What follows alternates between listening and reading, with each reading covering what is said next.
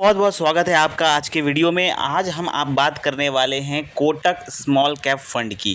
क्या हमें Kotak small cap fund में इन्वेस्ट करना चाहिए या नहीं करना चाहिए?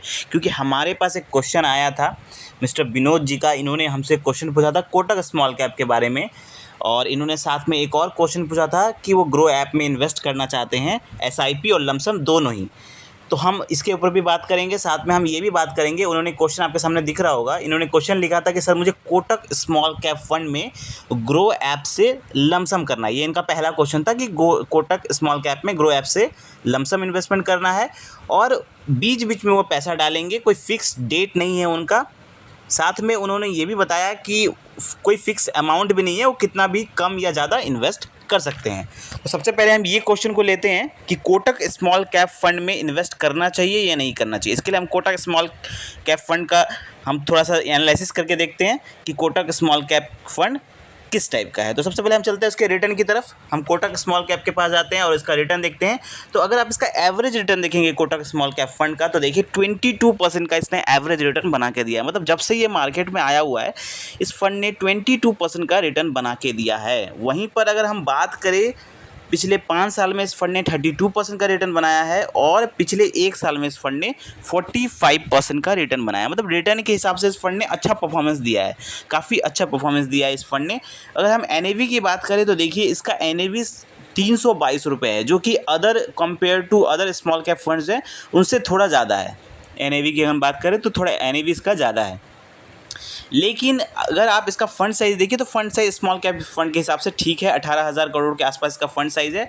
और अगर इसकी होल्डिंग्स की हम बात करें तो देखिए टोटल 74 कंपनीज़ में इसकी होल्डिंग्स जा रही है, और इसका होल्डिंग एनालिसिस में 96% पैसा इसका इक्विटी मार्केट में जा रहा है, और इक्विटी सेक्टर एलोकेशन में इनका सबसे ज़्यादा पैसा जा रहा है कैपिटल गुड्स में, जो कि 13.2% का है। उसके बाद हेल्थ केयर सेक्टर में 13.1% का है, कंज्यूमर में 11.5% का, सर्विसेज में 11% का, कंस्ट्रक्शन में 8.5% का, केमिकल्स में भी इन्होंने 8.4% रखा हुआ है, मेटल्स में 7.7%, और ऑटोमोबाइल्स में 6.7%, और कंज्यूमर में 5.1%। तो देखिए आप बहुत अच्छे ढंग से इन्होंने अपने सेक्टर को डिवाइड किया है, तो ये एक अच्छी बात है। वहीं अगर हम इसके एक्सपेंस रेशियो की बात करें तो इनका आधा % भी एक्सपेंस रेशियो नहीं है, 0.48% है। ये मैं सारा जो एक्सपेंस रेशियो की मैं बात कर रहा हूँ, ये जो फंड की मैं बात कर रहा हूँ, ये डायरेक्ट प्लान है। आप ध्यान रहे, जब भी आप फ्रेश इन्वेस्टमेंट करें तो हमेशा डायरेक्ट प्लान को ही चूज़ करें, और अगर आप ग्रो ऐप से इन्वेस्ट करें तो आपको डायरेक्ट प्लान ही सजेस्ट किया जाएगा। डायरेक्ट प्लान ही यहाँ पर होता है ज़्यादातर, और डायरेक्ट प्लान में ही आपको यहाँ पर इन्वेस्टमेंट कराया जाता है। तो मेरे ख्याल से आप जब नया फ्रेश इन्वेस्टमेंट कर रहे हैं तो आप हमेशा डायरेक्ट प्लान चूज़ करें, और अगर आप किसी एजेंट के थ्रू कर रहे हैं जो अगर आपके जान पहचान के हैं, तब वो आपको रेगुलर प्लान ज़रूर थमाएंगे, क्योंकि उनका एक्सपेंस रेशियो ज़्यादा रहता है। तो आप डायरेक्ट प्लान हमेशा चूज़ करें, ठीक है। तो डायरेक्ट प्लान की अगर हम बात करें तो इसमें इनका 0.48% एक्सपेंस रेशियो है। तो फंड के हिसाब से अगर हम बात करें कोटक स्मॉल कैप फंड की, तो कोटक स्मॉल कैप फंड अच्छा खासा रिटर्न देते हुए आ रहा है। अगर हम रिटर्न की बात करें अदर स्मॉल कैप फंड से तो स्लाइटली थोड़ा सा लो ज़रूर है, लेकिन फिर भी as a fundamentally strong fund है, और आने वाले टाइम पर डेफिनेटली ये भी अच्छा परफॉर्मेंस देगा ही देगा। अगर आप लंबे समय के लिए प्लानिंग कर रहे हैं तो आपको definitely Kotak small cap fund आप डेफिनेटली चूज़ कर सकते हैं, इसमें कोई बुराई नहीं है। हाँ, मैं यही कहूँगा कि आप शॉर्ट टर्म के लिए कोटक स्मॉल कैप में ना जाएं, क्योंकि यहाँ पे वॉलेटिलिटी ज़्यादा हो सकती है। आप अगर लंबे समय के लिए जा रहे हैं, 8 साल 10 साल इससे ज़्यादा समय के लिए जा रहे हैं, तो डेफिनेटली आपको ये बहुत तगड़ा रिटर्न देने के चांसेस है।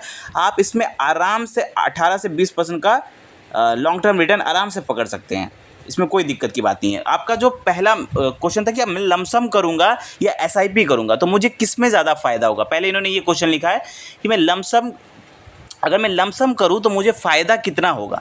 तो मैं आपको एक सीक्रेट बताता हूं, अगर आपको सबसे ज़्यादा रिटर्न चाहिए तो इसका एसआईपी से बेटर आप लमसम कर सकते हैं। लमसम करने से क्या होता है ना कि देखिए, जब आप एसआईपी करते हैं तो एसआईपी अगर आप कर रहे हैं, सपोज करिए 5,000 रुपये महीना का कर रहे हैं या 1,000 रुपये महीना का कर रहे हैं, तो होता क्या है कि आप कम पैसा हर महीने डाल रहे हैं। तो अब म्यूचुअल फंड का जो ग्राफ है, जब भी आप किसी म्यूचुअल फंड का ग्राफ देखेंगे वो हमेशा ऊपर की तरफ जाते हुए दिखता है, नीचे की तरफ बहुत ही कम जाता है। ज़्यादातर धीरे धीरे वो नीचे भी जाएगा तो भी वो फिर अल्टीमेटली ऊपर ही जाना है उसे। तो होता क्या है कि इसकी जो NAV की जो प्राइस रहती है वो लगातार बढ़ते रहती है, भले थोड़ा थोड़ा बढ़े लेकिन बढ़ते रहती है। तो जब आप SIP करते हैं तो आप पहले महीना कम दाम में खरीदते हैं, उसके अगले महीना फिर थोड़ा ज़्यादा दाम में खरीदते हैं, उसके अगले महीना थोड़ा और ज़्यादा दाम में खरीदते हैं। तो इसके कारण आप जो होता है ना, आपको यूनिट जो मिलती है वो कम मिलती है, क्योंकि आप थोड़ा थोड़ा इन्वेस्टमेंट करते हैं। वहीं अगर आप लमसम इन्वेस्टमेंट की बात करें तो लमसम इन्वेस्टमेंट में आप एक बार में ज़्यादा पैसा डालते हैं। सपोज करिए आप 50,000 आपने डाला या आपने 1,00,000 रुपये डाला, तो आप लमसम इन्वेस्टमेंट करते हैं तो आपका एक बड़ा अमाउंट एक बार में इन्वेस्ट होता है, आपको एक ज़्यादा यूनिट मिलता है एक ही दाम पर। वही SIP में अगर आप सपोज करिए आपने 5,000 की SIP कर रहे हैं तो 10 महीना में आप 50,000 रुपये इन्वेस्ट करेंगे तो आपको कम दाम में भी यूनिट मिलेगा, ज़्यादा दाम में भी यूनिट मिलेगा। लेकिन अगर कोई लमसम कर देता है शुरू में ही 50,000 की, तो वो 10 महीना का फ़ायदा वो 1 महीना में उठा सकता है, क्योंकि वो एक बार में पैसा डाल दे रहा है तो कम दाम में उसको ज़्यादा यूनिट यहाँ पे मिल जाता है, क्योंकि वो एक बार में पैसा इन्वेस्ट कर रहा है। इसलिए लमसम हमेशा आपको ज़्यादा रिटर्न देगा एज़ कम्पेयर टू SIP। और सबसे ज़्यादा रिटर्न आपको कब मिलेगा, जब आप SIP प्लस लमसम करते हैं। मतलब सपोज करिए आप SIP कर रहे हैं, उस फंड में ऑलरेडी SIP कर रहे हैं, लेकिन जब भी आपको मौका मिल रहा है आप उसी फंड में लमसम इन्वेस्टमेंट भी कर दे रहे हैं। सपोज करिए आप 5,000 या 2,000 जो भी आप SIP चला रहे हैं, जैसे ही आपने देखा कि मुझे कहीं से एक्स्ट्रा अमाउंट ऑफ मनी मिला, तो मैंने क्या किया, उसी फंड में मैंने लमसम इन्वेस्टमेंट भी कर दिया। तो ऐसे आप और ज़्यादा रिटर्न बना सकते हैं किसी भी फंड में। ये किसी भी फंड में अगर आपको ज़्यादा रिटर्न बनाना है, जल्दी अपने टारगेट तक पहुंचना है, तो ये रूल आपको अप्लाई करना चाहिए। SIP प्लस लमसम, जिस फंड में आप SIP करें उसी में लमसम कर दीजिए, आपको डेफिनेटली बहुत ज़्यादा यहाँ पर रिटर्न देखने को मिलेगा। इसी से रिलेटेड उनका एक और क्वेश्चन था, दूसरा क्वेश्चन भी हम ले लेते हैं। और वो क्वेश्चन था कि सर मैं ग्रो ऐप से एक फंड में लमसम इन्वेस्टमेंट करना चाहता हूं और उसी फंड में SIP भी चालू करना चाहता हूं। जैसा हमने आपको बताया, ये बिल्कुल सही टेक्निक है। जब आप किसी फंड में SIP कर रहे हैं, उसी फंड में अगर लमसम भी करते हैं ज़्यादा रिटर्न आएगा। तो हम लोग कैसे करेंगे, तो मैं आपको एक चीज़ बताऊं। जब आप ग्रो ऐप में जाएंगे तो आप जब किसी भी फंड में जाएंगे तो वहाँ पर नीचे में ऑप्शन होता है स्टार्ट SIP। तो सपोज करिए आपने स्टार्ट SIP कर दिया, तो आपका SIP चल रहा है, आप जो भी डेट सेट करेंगे उस पर आपका SIP चलने लगेगा।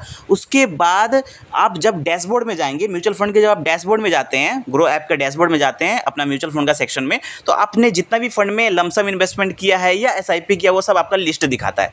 बस आपको वहाँ पे क्लिक करना है। जैसे ही आप क्लिक करेंगे तो आपको फिर 2 ऑप्शन आएगा यहाँ पर, वन टाइम लमसम। भले उस फंड में आपका SIP चल रहा हो, उस फंड में आपने लमसम इन्वेस्टमेंट भी किया हो, तो भी वहाँ पे ऑप्शन आएगा कि आप लमसम इन्वेस्टमेंट करना चाहेंगे या SIP। तो आप चाहे तो वहाँ पर एक और SIP भी कर सकते हैं या आप वन टाइम इन्वेस्टमेंट भी कर सकते हैं, तो उसमें कोई दिक्कत नहीं आने वाली। आप ग्रो ऐप में जाइए, आप बस जहाँ पर आप SIP करें उसमें आप क्लिक करेंगे तो आपको वहाँ पे ऑप्शन आ जाएगा। अगर आपको कोई भी दिक्कत हो रही है इससे रिलेटेड, तो आप हमें एक बार और बताइएगा, हम इसके ऊपर आपको लाइव करके भी दिखा देंगे कि कैसे आपको एक ही फंड में आप SIP भी कर रहे हैं और लमसम भी कैसे कर सकते हैं। बहुत ही ईजी प्रोसेस है, आप खुद भी ट्राई करिए, हो जाएगा। अगर नहीं होता है आपसे तो आप एक बार बताइए, हम डेफिनेटली आपके लिए एक लाइव वीडियो बना के दे देंगे कि कैसे स्टेप बाय स्टेप आपको करना है। तो आई होप आपको आज का क्वेश्चन का आंसर मिल गया होगा। फिर भी अगर कोई डाउट रह गया है मन में तो आप कमेंट करिएगा, हम कोशिश करेंगे कि जल्द से जल्द आपके क्वेश्चन का आंसर देने की। मिलते हैं अगले वीडियो में। थैंक यू, धन्यवाद।